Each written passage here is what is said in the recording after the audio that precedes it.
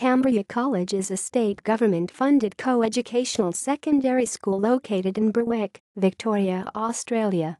Opening in 2002 with 97 Year 7 students, the school quickly grew to over 1,600 students by 2007.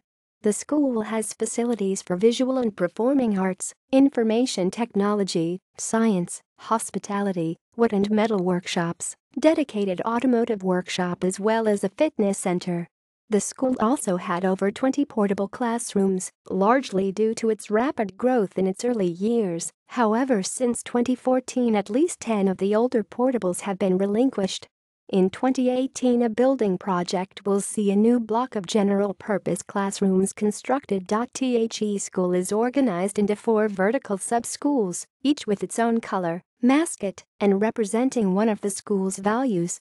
Each sub-school has their own building and is led by one sub-school leader, leading teacher, and one assistant sub-school leader. Students enter one of these sub-schools in Year 7 and remain until they finish Year 9. Years 10, 11 and 12 students have their own sub-school and building, with the school captains coming from this group of students. Students in these year levels have the option to study either VC or VCAL, with many students also adding a VET course to their study.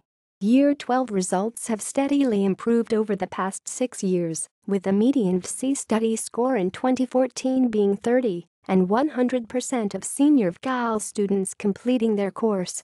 The school was accredited with the Council of International Schools since 2008. However, early in 2017 it was decided to abandon this relationship. Kambrya College has sister schools in China, Japan, and Germany, and has relations with schools in Timor and South Africa. Students and staff visit these schools on either annual or biannual visits. Late in 2015, the college became accredited with the Academy of Accredited SEAL Schools and is now allowed to offer an accelerated program to gifted students. In 2015, the school was the subject of the ABC's 4-part series Revolution School, which aired throughout 2016. Employment issues.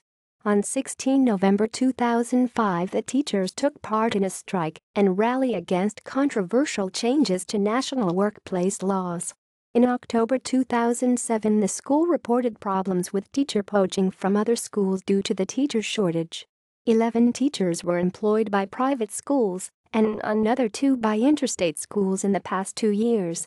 Most were maths, science, or language teachers, all recognized areas of national shortage and positions the principal had struggled to fill. In July 2009, the school had another issue with 3 more teachers being employed by other schools.